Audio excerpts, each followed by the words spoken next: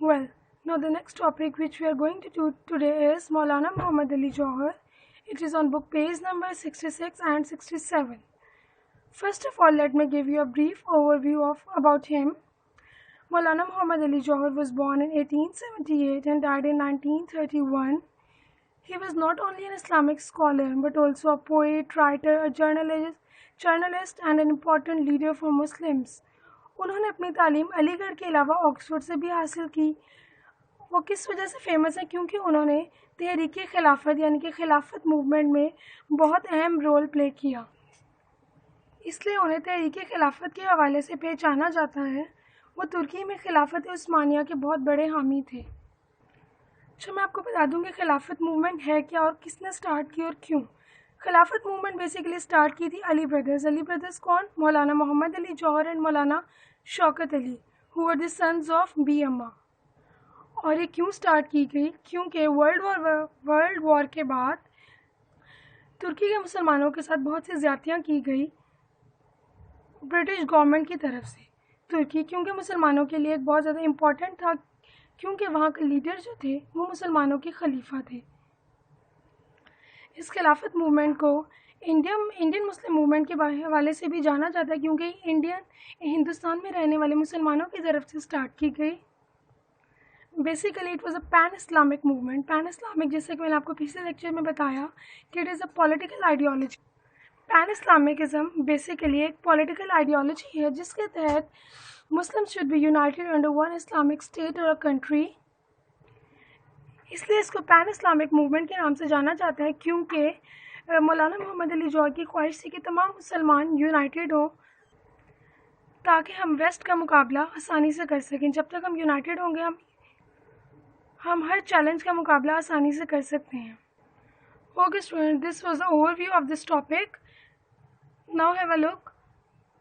These are some difficult words which we are going to study in this topic. First one is courageous. Courageous means जुर्रतमंद, बहादुर. The next one is furious. Furious means शदीद गुस्से में होना. Imprisoned, कैद कर लेना. Journalist, सहाफ़ी. And the last one is slave means Ghulam. Okay, now let's read.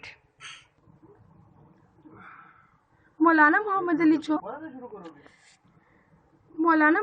Jauhar was born in 1878 and he was died in 1931. Maulana Muhammad Ali Jauhar was a writer and a courageous journalist.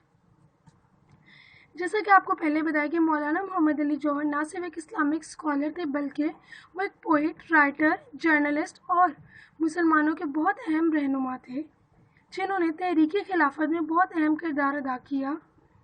Just before World War I, he started a famous weekly magazine called Comrade to awaken Muslims politically. World war 1 से पहले उन्होंने एक अपना magazine लिखना start किया जिसका English magazine था comrade.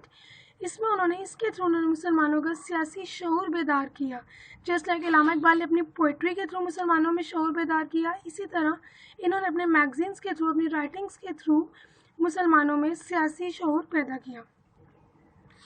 In 1915, he published an article which said that Turks were the right to fight the British. Turks मतलब तुर्की के लोग. It was relatively a harmless article, but the British were furious and had him imprisoned. Furious means बहुत गुस्से में, and imprisoned कैद कर लिया. अपने मैगज़ीन कॉमरेड में उन्होंने चॉइस ऑफ टर्क्स के नाम से एक एसे लिखा जिसमें उन्होंने ब्रिटिश गवर्नमेंट की जानिब से तुर्कियों के साथ की जाने वाली ज़्यादतियों के बारे में आगाह किया, मतलब उसके बारे में लिखा, जिस वजह से ब्रिटिश गवर्नमेंट ने उनका अखबार बंद करवा दिया और उनको भी जेल में बंद कर दिया. उन्होंने अपने मैगज़ीन्स में जितने भी आर्टिकल्स लिखे वो इंतहाई ज़बरदस्त थे. इसे ना सिर्फ मुसलमान और हिंदू बल्कि अंग्रेज़ भी बहुत शौक से पढ़ते थे. Actually because of incompetence means नाअहली. The Indian army had suffered terrible losses in the war against the Turks in what is now Iraq. British officer चूँकि बहुत नाअहल थे, इस सिलसिले में इंडियन आर्मी को बहुत से जानी नुकसान का सामना करना पड़ा तुर्की के खिलाफ जंग में. In particular, in the battle for Kut, some 6,000 soldiers, including Muslims, were captured by the Turks. Of these, only 1,000 survived the brutal treatment given by their captors. Captors means जिन्होंने इन्हें गिरफ्तार किया था, बहुत सब ब्रूटली ट्रीट किया गया उन लोगों को, जिनमें से सिर्फ 6,000 में से 1,000 लोग थे जो सर्वाइव कर पाए इस ब्रूटल ट्रीटमेंट को.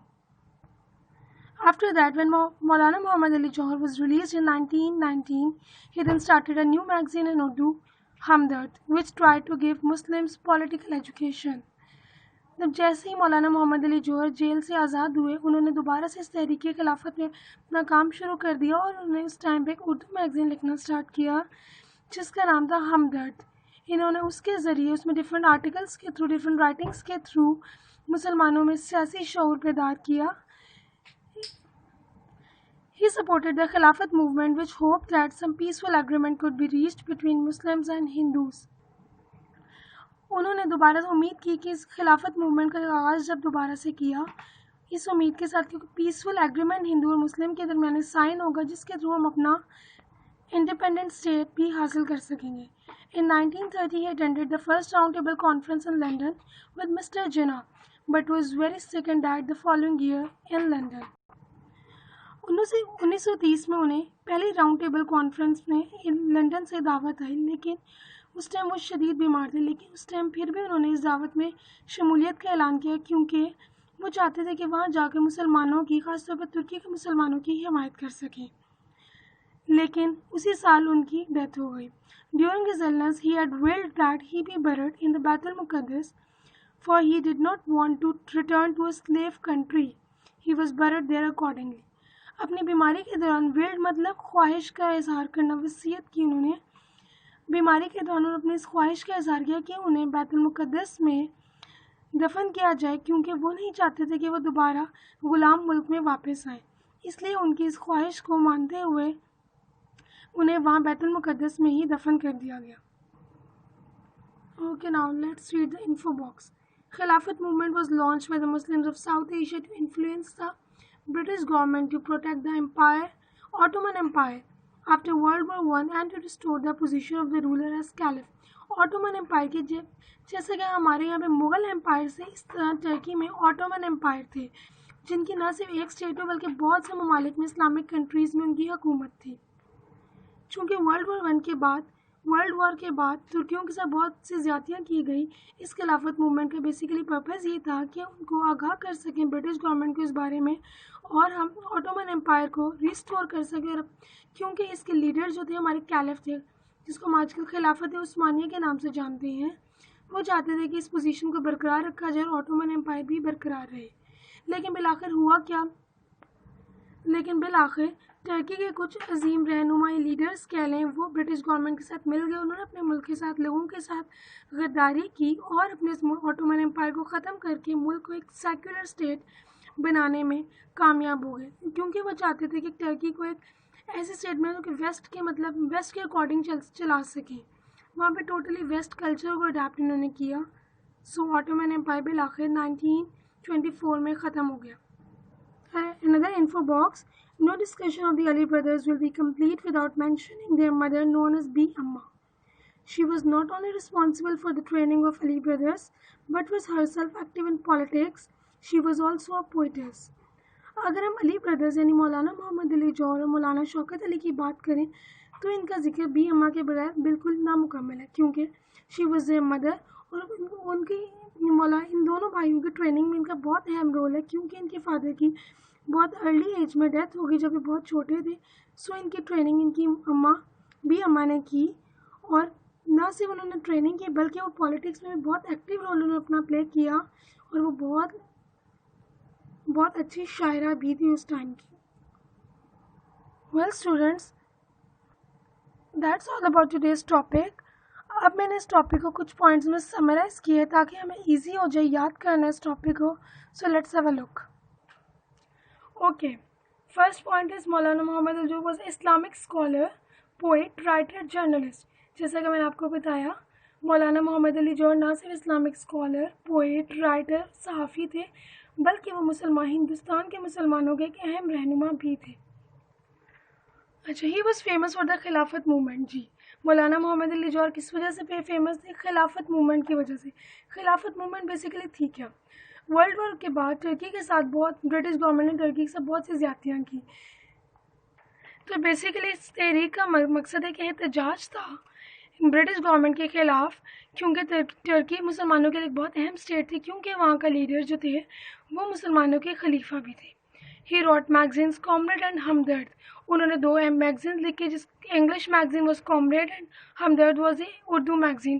اس میں بہت سے آرٹیکلس بھی تھے، بہت سے بڑے لوگوں سے انہوں نے اس میں اپنے آرٹیکلس اور ایسیز بھی لکھوائے جو کہ انہوں نے اپنے اس میگزین میں ایڈ کیے. ایک ایسے چوائس آف ٹرکس کے نام سے کامریڈ میگزین میں تھا، جس میں انہوں نے برٹش گورنمنٹ کی ترکیوں کے ساتھ زیادتیوں کے بارے میں لکھا. تو اس پہ برٹش گورنمنٹ بہت زیادہ غصے میں آ گئی اور انہوں نے ان کا یہ اخبار کامریڈ بند کروا دی اور مولانا محمد علی جوہر کو بھی جیل میں بند کروا دیا. Next is he attended the round table conference. Basically ایسا تھا کہ 1930 میں انہیں لنڈن سے راؤنڈ ٹیبل کانفرنس کے لیے، فرسٹ راؤنڈ ٹیبل کانفرنس کے لیے دعوت آئی. وہ اس ٹائم شدید بیمار تھے، لیکن انہوں نے اس میں شمولیت کا اعلان کیا کیونکہ وہ چاہتے تھے کہ وہاں جا کے برٹش گورنمنٹ کے سامنے مسلمانوں کی حمایت کا اعلان کر سکیں. Next is he wanted to be buried in Bait ul-Muqaddas. مطلب ان کی ول تھی، ان کی خواہش تھی کہ ان کو بیت المقدس میں دفن کیا جائے جب وہ مریں، کیونکہ وہ نہیں چاہتے تھے کہ وہ واپس ایک غلام ملک میں جائیں. Okay students, well that's all about today's topics. Now your diary is, you have to do question number 3 on your copies and you also have to learn it. Question number 2 is omit. You don't have to do it on your copies, you just have to do question number 3 and also have to learn it. Well that's all about today's lecture. Thank you students. Allah Hafiz.